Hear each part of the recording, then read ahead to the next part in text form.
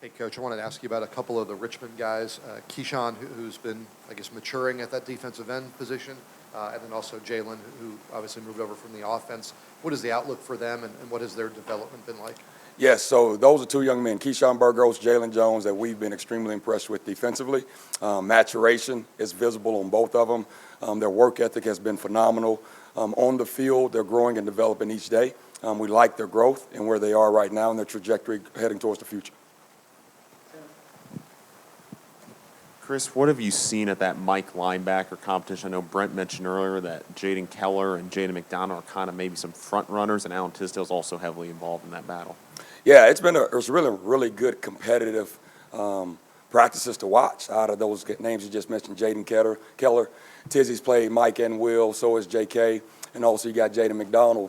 The beauty about how we train and develop, in that particular room you have a primary position and also a secondary position. So we got guys rolling in and out. The thing that I've been really impressed with has been the ability to communicate to the defense, get us set, take command of things when they're on the field, and execute at a really high level. I mean, you think back to the spring, Jaden Keller won our Most Improved Player Award, but again, we're in fall camp now. So it's about who can compete, who can do it consistently, and really impact the defense. Front row, Damien. Chris, you spoke about Jaden McDonald, but him and his twin, Jordan. How have they improved now? I get second year in your system and learning from both linebacker and defensive end positions. Yeah, great question. So you're looking at two young men who in high school, who right up the road at Salem High, who played receiver, played a little bit of tight end, played corner in high school. Were here, they played safety, and then by the time we got here, when the dust was settled, we asked one to play DN and asked one to play linebacker. So first of all, you got young men who can adjust and deal with change really well, come from great stock, but also two young men who are really students of the game. So they approach it in a way that all coaches would want each player to approach the game. They're students. Not only do they work extremely hard on the football field, but in the offseason, Coach Galt can't say enough good things about both of them. So they've gotten stronger. Both of them have worked in areas of flexibility. They're both extremely fast. We like the physicality that they bring to the game as well. Yeah. Go back in the room to Ryan. Hey, Coach, how you doing? Hey, how are you? I'm okay, hanging in, chilling. Coach talked a little bit about Jonathan Penix. What have you kind of seen with his development so far that he seems to be kind of moving up the ranks a little bit more since there's such a young core back there? Yeah, Penix is a young man, again, who we've been extremely impressed with. You talk about somebody who is mature, who comes from a program that knows how to win. He knows how to work, comes from a great family, and so he's somebody who is extremely coachable. And he's a young man who's made a tremendous amount of plays only because I think he's taken it upon himself not to behave like a freshman. If he walked in right now, you wouldn't think that this is his first time on a college campus. Looks like somebody who's been here for a year or two. And, every opportunity that he gets, he tries to make the most of it. He's young, so he's going to make mistakes. Every football player does from time to time, but we're happy with the direction he's going, and Coach Cheetah has done a phenomenal job with him. All right, let's get front row to Andy, then we'll go Joey, and then back in the room to Lane.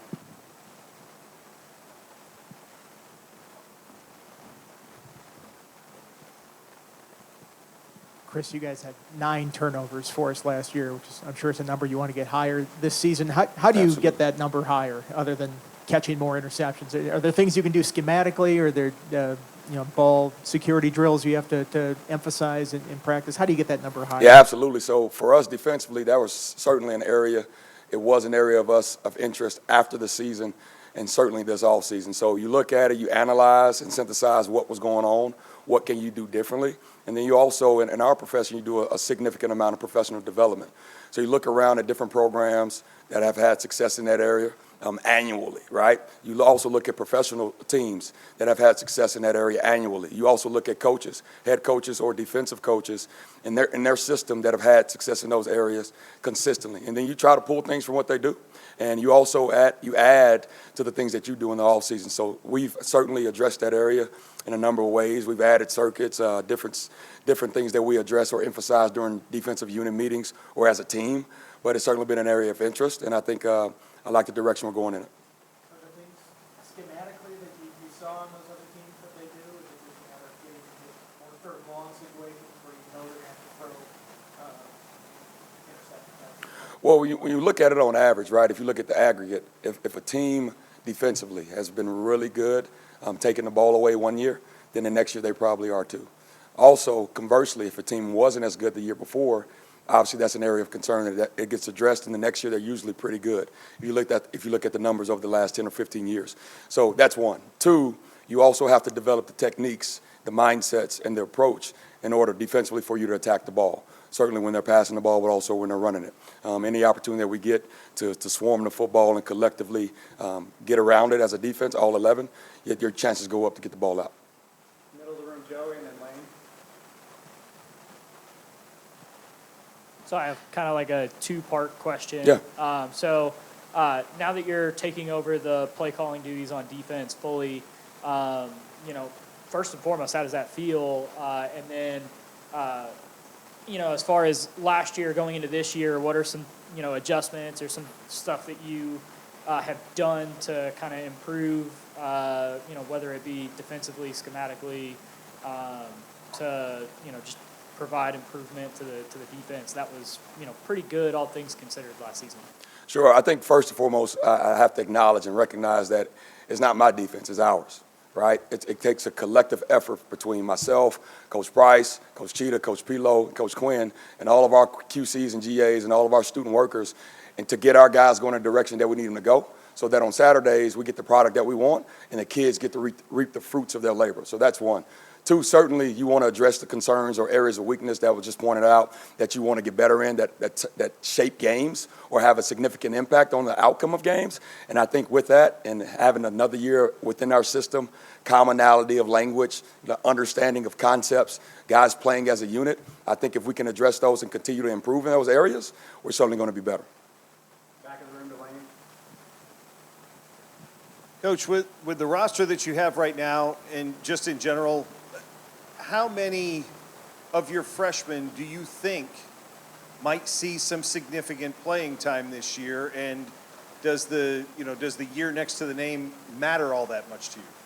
Yeah, the year next to the name does not matter, and I don't want to pontificate and talk about what's going to happen game one. We're only in practice 6 today. But what I will tell you is that class that we just signed is full of young men who are mature, who know how to play football, and are hungry to get on the field. So that's what we're excited about. Those are the type of young men that I think the Virginia Tech alum and community and young men who used to be a part of this program who are alum now can be proud of. And we're excited about their development and their growth, and we're excited to see where they'll go. Last one in the room to Mike Barber.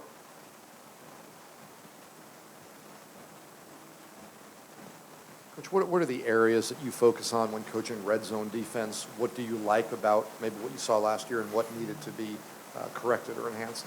Sure. I think not just red zones in itself, but you certainly want your defense to play with great speed. You want your defense to be aggressive, but certainly you want your defense to be smart. So when we're addressing situational awareness, red zone is just one of those areas that we look at, right? So we break it down in a few different ways, but once a team enters the red zone, usually the mindset of the play caller and the plays that are going to be called switches a little bit. There's not as much vertical grass.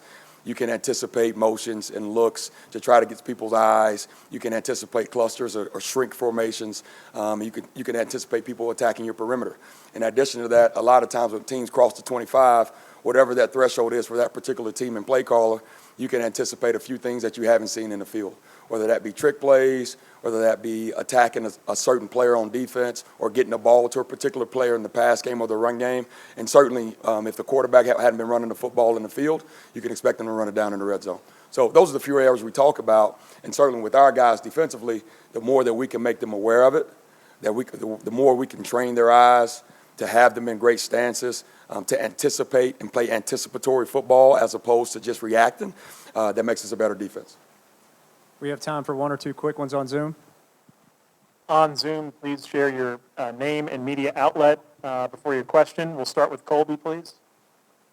Hey, Coach. Colby Crawford, VT Scoop. I just wanted to ask, how is Stone Snyder looking working in at that Mike linebacker, inside linebacker position? Yeah, Stone is a young man who is very mature, man, who is really smart, who has a ton of football under his belt. Stone is coming along. Obviously he has some guys in the room who have been a part of our program, a part of our language and nomenclature system for quite some time. And so he's catching up with that. But he's somebody who has worked extremely hard this offseason since he's been with us. And he loves the game of football. So he's coming along. Last question on Zoom. We'll go to Tim, please. Hey, Chris, Tim Sullivan from HokieHaven.com. When you look at how you guys performed, especially in the fourth quarter last year, obviously at times the offense kind of put you guys in bad positions, but how has your depth come along so that you can be a consistent, quarter one to quarter four defense over the course of this coming season? Yeah, so it begins with mindset first, and so that's something we've been talking about and addressing all offseason. How can we finish in the fourth quarter? And if it goes beyond the fourth quarter, our ability to finish, to set our jaw, and to get it done has certainly been an area that we've talked about, and not only talked about, have practiced and put our guys in those situations almost incessantly. So we're continuing to do that this fall camp. I think when you talk about the development up front, the maturation and the games played up front, also at linebacker, also at safety, and also out on the perimeter at corner, you got young men who have been in games, who have experienced those situations, and you got young men who are coming along who we're developing and are learning how to finish. So that's certainly been something we've been talking about and addressing, and we're excited for the opportunity ahead. Thanks, Coach. Okay. Travis. Thank all of you. Thank you.